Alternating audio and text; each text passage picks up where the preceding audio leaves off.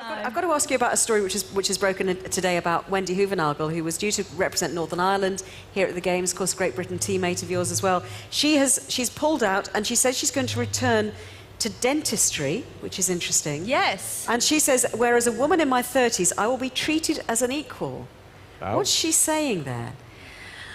I mean, the world of sport, like it or not, it still is very much a male-dominated arena to work in, and you know, it is tough at times. Sometimes, I mean, I've definitely felt in my career that sometimes I wasn't necessarily as well catered for as a female, and I had to act more like a man. And I'm not that, you know, like I struggle, I cry, I get emotional. Sometimes all I need is an arm around me.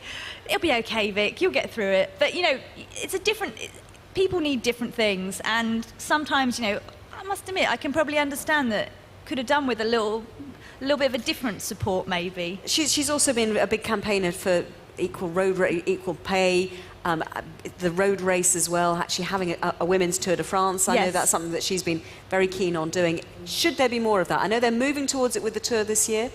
Definitely. I mean, it's a long way off in terms of what the women have available. I think it is changing. For example, the women's tour in the UK saw some incredible support this year.